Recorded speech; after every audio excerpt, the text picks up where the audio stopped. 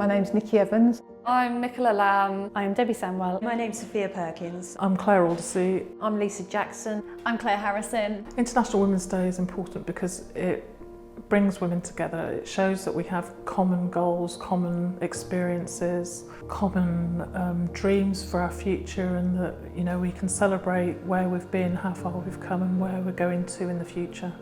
I feel like International Women's Day is significant because it's about celebrating our journey as women and our progression within society. It's a chance for us as women to put our point across, to explain what we've had to do, for me, in the last 40 years to get where we are today. You know, I always say we leave the ladder down. Yeah, no, definitely. Because it is, isn't it? Definitely. You know, all the stuff that we've been through, like we've said, haven't we? There was hardly any uniform, there was no toilet facilities, there was no sanitary items. No maternity. There was no menopause, there was no agile working, flexible working or anything like that, was there?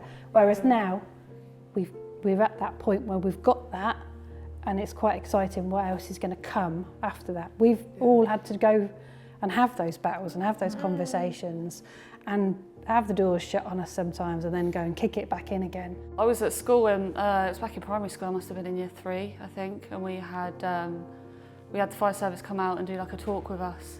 And they walked in and one of them was a female, and I was like, wow, like I didn't even know that was a thing.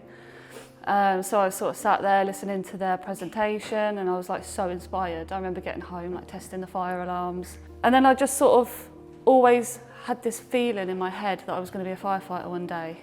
And I was waiting for that right time in my life where I was ready to apply. It was like, oh, who's she then? She's a bit young, you know, why does she want to join the control room? And, you know, you were just treated a bit like sort of oh, just put her over there, you know, we've trained her up now, and, you know, it was all, well, she won't last. And then I felt like people were testing me, test your intellect, test your ability, test your knowledge and understanding, testing your physicality, you know, and I'd have to, you know, if there weren't enough people around, I'd be wearing a dress and throw on a pair of toe detectors and go and help them put a 13.5 metre ladder back on the truck because there was no one else to do it, and kind of gradually they realised you weren't there.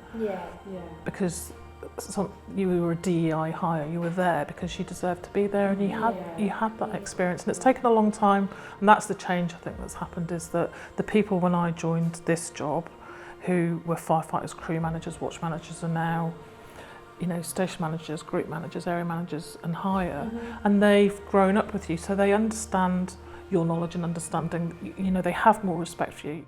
I also think our next generation have been brought up in such a different way and in a different culture, which is so refreshing, that they are willing to challenge even maybe more than we ever did. And I was like, that's not fair.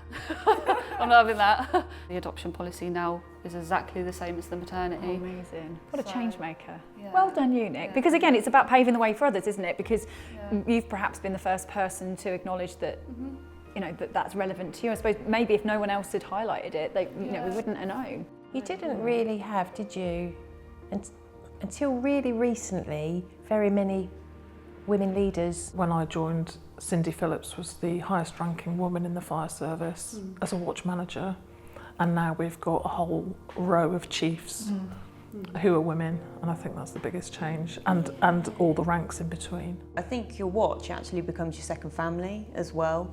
The relationships that I have with my colleagues is, it's like siblings, and the camaraderie is brilliant, the support for one another as well, you know. Like you say, anything you need to work on, they're like, right, let's get on the drill yard, let's give it a go. And even when you're at jobs, really, they'll be like, oh, do you want to give this a go? Have you done this before? Supporting service is brilliant. Having different people on station and visible to the general public, it's paving the way for everyone else, you know. If we've got a diverse workforce, then we're showing that to our communities. And you know, we're showing them that, you know, everybody in the fire service, we're welcoming to everybody, and anyone can do this job. And a diverse workforce creates different ideas, different ways of doing things, and I think it creates the best watch available, I think. International Women's Day is important because it gives an opportunity for us not only to celebrate women within the organisation, but also recognise how far we've come in our history within the emergency services, and I think that's really important. I think that it's a journey that we're still on. We still have a long way to go. Being a woman in a male-dominated service is something that's very progressive and significant, and it's about creating that as a normality. We've come so far, but we have so much more that we can do as women, and actually having that equality, having the ability to have women at all levels is just creating such incredible diversity of thought. It's creating levels of leadership that are unparalleled to what it's ever been before, and we need to celebrate it. We need to celebrate confidence like there's never been before. We need to celebrate women having the audacity to step forward and be themselves and just push through those glass ceilings